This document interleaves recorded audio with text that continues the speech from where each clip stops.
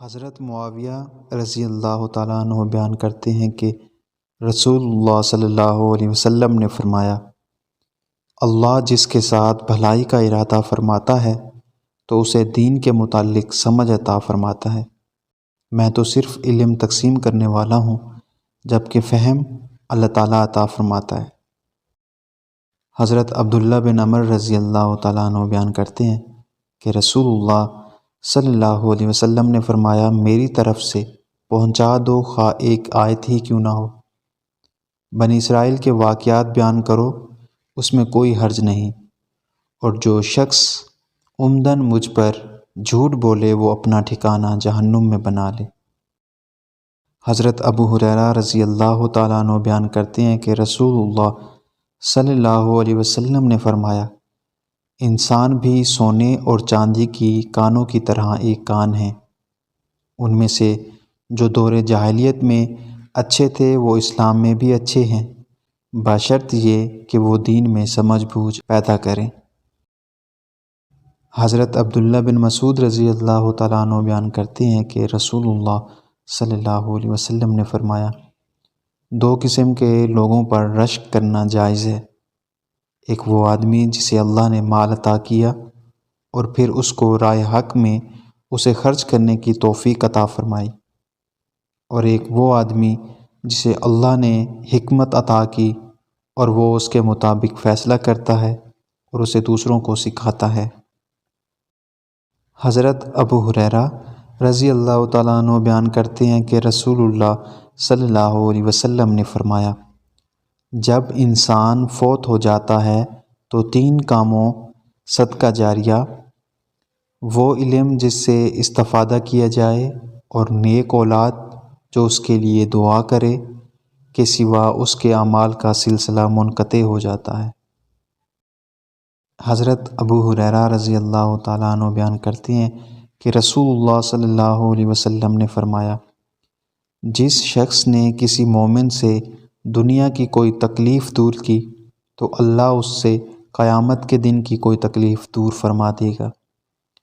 جس شخص نے کسی تنگ دست پر آسانی کی تو اللہ اس پر دنیا و آخرت میں آسانی فرمائے گا۔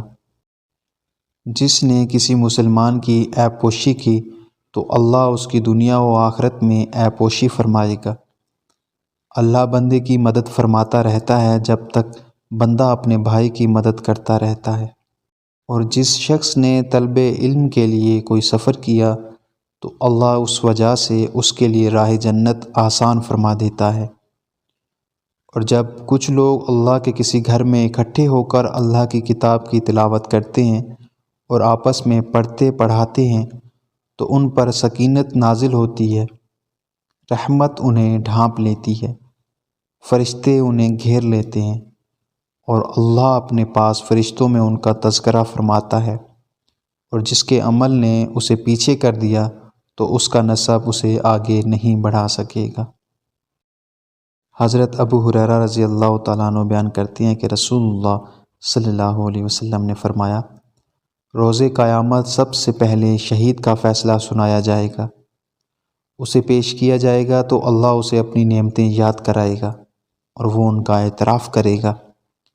پھر اللہ فرمائے گا، تو نے ان کے بدلے میں شکر کے طور پر کیا کیا؟ وہ عرض کرے گا، میں نے تیری خاطر جہاد کیا حتیٰ کہ مجھے شہید کر دیا گیا۔ اللہ فرمائے گا، تو نے جھوٹ کہا، کیونکہ تو نے شجاعت حاصل کرنے کے لیے جہاد کیا تھا، پس وہ کہہ دیا گیا۔ پھر اس کے متعلق حکم دیا جائے گا تو اسے منہ کے بل گھسیٹ کر جہنم میں ڈال دیا جائے گا۔ دوسرا شخص جس نے علم حاصل کیا اور اسے دوسروں کو سکھایا اور قرآن کریم کی تلاوت کی، اسے بھی پیش کیا جائے گا تو اللہ اسے اپنی نعمتیں یاد کرائے گا، وہ ان کا اعتراف کرے گا۔ اللہ پوچھے گا کہ تو نے ان کے بدلے میں کیا کیا؟ وہ عرض کرے گا، میں نے علم سیکھا اور اسے دوسروں کو سکھایا، اور میں تیری رضا کی خاطر قرآن کی تلاوت کرتا رہا۔ اللہ فرمائے گا، تو نے جھوٹ کہا، البتہ تو نے علم اس لیے حاصل کیا تھا کہ تمہیں عالم کہا جائے، اور قرآن پڑھا تاکہ تمہیں قاری کہا جائے، وہ کہہ دیا گیا۔ پھر اس کے متعلق حکم دیا جائے گا تو اسے منہ کے بل گھسیٹ کر جہنم میں ڈال دیا جائے گا۔ اور تیسرا وہ شخص جسے اللہ تعالیٰ نے مال و زر کی جملہ اقسام سے خوب نوازا ہوگا، اسے پیش کیا جائے گا تو اللہ اسے اپنی نعمتیں یاد کرائے گا، وہ انہیں پہچان لے گا۔ تو اللہ پوچھے گا تو نے ان کے بدلے میں کیا کیا؟ وہ عرض کرے گا میں نے ان تمام مواقع پر جہاں خرچ کرنا تجھے پسند تھا خرچ کیا۔